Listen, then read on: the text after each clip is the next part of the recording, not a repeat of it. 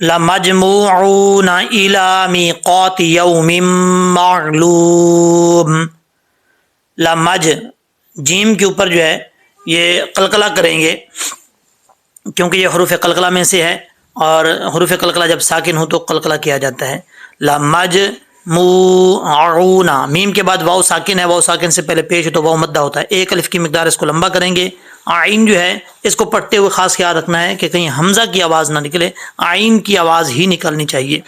آئین کے بعد واو ہے، واو ساکن سے پہلے پیش ہو تو واو مدہ ہوتا ہے. ایک الف کی مقدار اس کو لمبا کریں گے. لمجموعون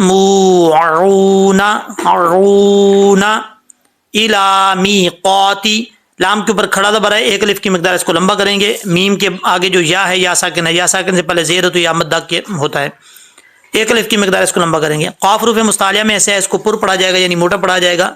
اس کا مخرج ہے زبان کی جڑ اوپر والے تالو کے نرم حصے سے لگے تو قاف پڑھا جاتا ہے، دو نقطوں والا. اور آگے جو ہے وہ الف ہے، الف سے پہلے قاف آ جاتا ہے دو نقطوں والا، کیونکہ یہ حروف مستعلیہ ہے تو جب اس کو پڑھیں گے تو الف بھی اس کے ساتھ بھی موٹا ہی پڑھا جائے گا، اس کو باریک نہیں پڑھنا. ایسا نہیں پڑھنا کہ می قوا نہیں، پڑھتے وقت موٹا پڑھا جائے، بعد میں جب لمبا کریں تو باریک پڑھا جائے، ایسا نہیں ہوتا. جب تک اس کو لمبا کریں گے یہ موٹا ہی پڑھا جائے گا. جیسے میقاتی، اب تے نہیں پڑھنا، تا زیر تی. الا میقاتی یو، یا واو زبر یو، واو ساکن سے پہلے زبر ہو تو واو لین ہوتا ہے، واو مدہ نہیں ہوتا، یعنی اس کو لمبا نہیں کریں گے. یا واو لین کا مطلب یہی ہوتا ہے. ٹھیک ہے.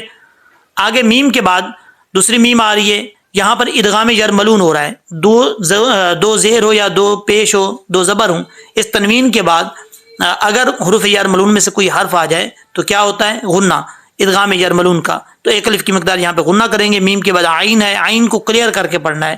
ایسا نہ ہو کہ حمزہ کا آواز، حمزہ کا ساؤنڈ جو وہ نکلتا رہے، حمزہ کی آواز آتی رہے، ایسا نہیں پڑھنا.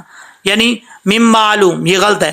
مم معلوم، عین کو کلیئر کرنا ہے. اچھا جی، لام کے بعد واو ہے، واو ساکن سے پہلے پیش ہو تو واو مدہ ہوتا ہے، ایک الف کی مقدار اس کو لمبا کریں گے. یہاں پر جب میم کو ساکن کریں گے تو مد عارض وقفی ہوگی کیونکہ عارضی طور پہ وقف کر رہے ہیں. ایک الف کی مقدار بھی لمبا کر سکتے ہیں، اگر آپ چاہیں تو 2 سے 2.5 الف کی مقدار بھی لمبا کر سکتے ہیں. اس کو کیسے؟ معلوم. آگے ہے ثم، یہاں پر سا جو ہے وہ نارمل پڑھا جائے گا بغیر سیٹی کے. زبان کی نوک اوپر والے زبان کی نوک اوپر والے جو دانت ہیں ان کا نچلا حصہ جو ہے، دانتوں کا جو 2 دانت ہیں اوپر والے سامنے والے، ان کا جو نیچے والا کنارہ ہوتا ہے اس کے ساتھ زبان کی نوک لگے گی تو یہ سا پڑھا جائے گا. سا. ٹھیک ہے. اچھا جی، میم کے اوپر شد ہے، غنہ کریں گے. ثم، اگر بچوں کو پڑھا رہے ہیں تو اس چیز کا آپ نے خاص خیال رکھنا ہے، بچوں کو قاعدے پہ خاص طور پہ یہ چیز سمجھانی ہے. اگر آپ چھوٹے بچوں کو پڑھاتے ہوئے قاعدے میں پہلی تختی میں یہ چیزیں نہیں سمجھائیں گے کہ یہ سا جو ہے وہ بغیر سیٹی کے پڑھا جاتا ہے، نارمل پڑھا جاتا ہے، سین سیٹی کے ساتھ پڑھا جاتا ہے، زا سیٹی کے ساتھ پڑھا جاتا ہے، تو ایسے بچوں کو سمجھ نہیں لگے گی. کیونکہ کافی بچے میرے پاس آ رہے ہیں پڑھنے کے لیے آؤٹ آف کنٹری سے، تو ان کا یہی پرابلم ہے، کسی کو پتہ نہیں ہوتا سا کو سین پڑھنا ہے یا سین کو سا پڑھ کیا کرنا ہے. وہ سا کو سین پڑھ رہے ہیں، سا بغیر سیٹی کے ساتھ پڑھا جاتا ہے، سین سیٹی کے ساتھ پڑھا جاتا ہے، اور زا سیٹی کے ساتھ پڑھا جاتا ہے. خدا را جو بھی قاری حضرات پڑھا رہے ہیں، سب قاریوں کی بات نہیں کر رہا میں، جو اس چیز پہ خاص خیال نہیں رکھتے ان کی بات کر رہا ہوں. کتنے بچے میرے پاس ہیں، ان کو بار بار میں یہ رپیٹ کروا رہا ہوں. سب سے پہلے جب پہلی تختی پڑھائی جائے تو ان چھوٹے بچوں کو یہ چیز سمجھائی جائے، اور بعد میں جب آگے والے پیج پڑھاتے ہیں تو ان پہ باقاعدہ پریکٹس کروائی جائے. وہ پریکٹس نہیں کرواتے، تجوید کے رول پڑھا دیتے ہیں لیکن ان کو بتاتے نہیں ہیں کہ یہ کس طریقے سے جو ہے وہ لاگو ہوں گے قرآن پاک میں. یہ چیزیں پریکٹس کروانی ہوتی ہیں بچوں کو. جب جو بچوں کی زبان پہ الفاظ چڑھ جاتے ہیں ان کو بعد میں رپیٹ کروانا بہت مشکل ہوتا ہے، بعد میں ٹھیک کروانا بہت مشکل ہوتا ہے. اگر شروع سے غلط پڑھ لیں تو ان کے لیے پرابلم بن جاتی ہے. تو پہلے سے ہی ان کو کور کیا جائے، ٹھیک طریقے سے پڑھایا جائے. اچھا جی، سا بغیر سیٹی کے پڑھا جاتا ہے. میم کے اوپر شد غنہ کریں گے، ایک الف کی مقدار. ثم، آگے انکم میں نون کے اوپر شد غنہ کریں گے، ایک الف کی مقدار. کاف بریک ہے، اس کو بریک پڑھا جائے گا. زبان کی جڑ اوپر والے تالو کے سختی سے لگے تو یہ کاف پڑھا جاتا ہے. ٹھیک ہے، جو بغیر 2 نقطوں والا ہوتا ہے. یعنی جس کے دو نقطے نہیں ہوتے وہ سخت تعلق کے حصے سے پڑھا جاتا ہے. یہاں پر اب اکثر لوگ ایسے بھی پڑھ جاتے ہیں کم ایکم کم ایکم. میم میں کلکلا نہیں کرنا. میم کے اوپر جب زبان میم کے مخرج میں لگے جب میم کو پڑھتے ہوئے اس کا مخرج جب پڑھا جاتا ہے تو اس چیز کا خاص کیا رکھنا ہے. میم کو پڑھتے ہوئے دونوں ہونٹ آپس میں بند ہوتے ہیں تو میم پڑھا جاتا ہے. بعض اوقات اس میں کلکلا کر جاتے ہیں, ایسا نہیں کرنا. کم ایکم نہیں پڑھنا, کم ایو تاکہ میم میں کلکلا نہ ہو. ٹھیک ہے. آگے ہے ایو حب. یہاں پر حمزہ کو جب یا سے ملائیں گے اس چیز کا آپ نے خاص خیال کرنا ہے, یا کو ایسی آواز نہیں آنی چاہیے زیادہ دباؤ سے پڑھیں گے تو یا کی یہی آواز آئے گی. ایسا نہیں کرنا, نارمل طریقے سے پڑھنا ہے. ایو. بعض اوقات سورہ فاتحہ جب پڑھ رہے ہوتے ہیں لوگ وہاں پر بھی ایسے ہی کرتے ہیں, ایاک نعبد و ایاک نستعین پڑھتے ہیں. ایسا نہیں پڑھنا, زور نہیں لگانا, نارمل طریقے سے ایاک نعبد و ایاک نستعین, تاکہ اس کی یہ جو آواز ہے یہ نہیں آنی چاہیے. یا کو اپنے مخرج سے ادا کرنا ہے.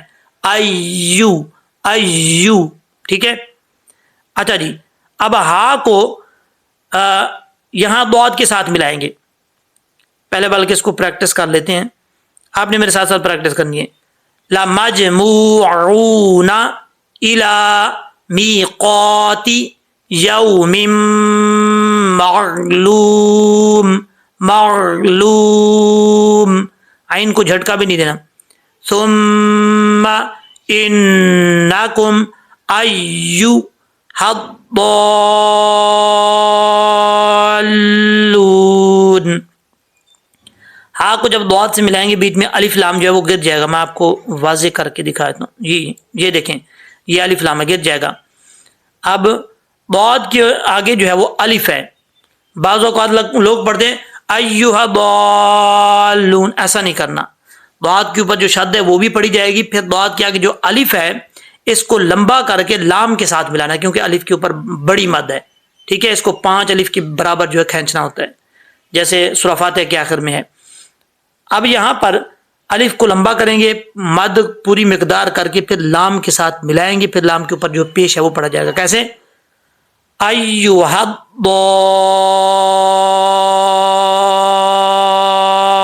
الضالون. ایھا الضالون. لام کے آگے واو ہے, 1 الف کی مقدار, اس کو لمبا کریں گے. اب لام ساکن ہے آگے, یہاں پر لام کو کلکلے سے بچانا ہے. نل نہیں پڑھنا. نل مکذبون. یہاں پر دال کے اوپر شد ہے اور دال کو پڑھتے ہوئے سیٹی سے بچانا ہے. زا جو را کی شکل میں آتی ہے اس کے اوپر نقطہ آتا ہے, وہ زا سیٹی سے پڑھی جاتی ہے. یہ جو دال کی شکل میں دال آتی ہے اور نقطہ ہوتا ہے یہ بغیر سیٹی کے پڑھا جاتا ہے, نارمل طریقے سے دال. ٹھیک ہے. مکذبون. آگے ہے لآکلون. حمزہ کے اوپر کھڑا زبر ہے, 1 الف کی مقدار اس کو لمبا کریں گے. لام کے بعد واو ہے, واو ساکن سے پہلے پیش ہو تو واو مدہ ہوتا ہے, 1 الف کی مقدار اس کو بھی لمبا کریں گے. لآکلون من شجر. نون ساکن ہے, نون ساکن کے بعد شین حروف اخفا میں سے آ رہا ہے, تو یہاں پر غنہ کا اخفا کا غنہ ہوگا, 1 الف کی مقدار. آگے ہے را کے نیچے 2 زیر ہے, 2 زیر کے بعد یعنی نون ساکن اور تنوین کے بعد اگر حروف یرملون میں سے حرف آ جائے تو کیا ہوتا ہے؟ غنہ ہوتا ہے. یہاں پہ بھی ادغام یرملون ہوگا, 1 الف کی مقدار غنہ کریں گے. آگے نون ساکن کا اخفا ہے, حروف اخفا میں سے حرف آ رہا ہے نون ساکن کے بعد, تو یہاں پہ بھی 1 الف کی مقدار غنہ ہوگا. اب یہاں پر زقوم نہیں پڑھنا. زقوم قاف کے اوپر شد ہے, زا قاف زبر زق, قاف واو پیش قو. زقوم. اس چیز کا خاص خیال رکھنا ہے. اچھا جی, اب آپ نے میرے ساتھ پریکٹس کرنی ہے. ایھا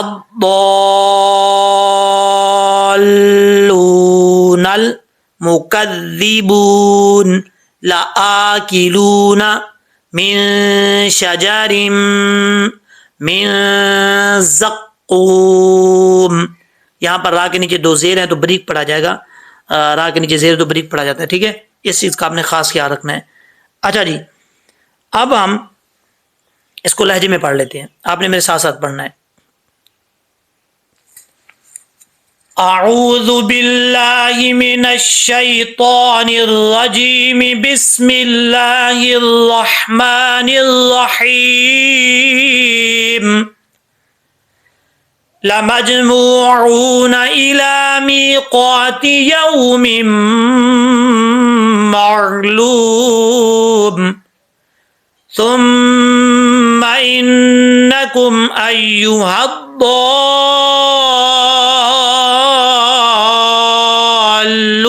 الْمُكَذِّبُونَ لَآكِلُونَ مِن شَجَرٍ مِّن زَقُّومٍ صدق اللہ العظیم. امید ہے کہ جس طریقے سے آپ کو میں نے سمجھایا اچھے طریقے سے سمجھ آ گئی ہوگی, اور اپنے دوستوں میں صدقہ جاریہ سمجھ کر شیئر کریں. جہاں جہاں تک شیئر کریں گے آپ کو ثواب بھی ملے گا اور ایک صدقہ جاریہ ہوتا رہے گا. گھر بیٹھے ثواب اس کا حاصل کریں, اور امید ہے کہ آپ اس ویڈیو کو جو ہے آگے شیئر کریں گے. انشاءاللہ العزیز نیکسٹ ویڈیو میں ملتے ہیں. اللہ حافظ.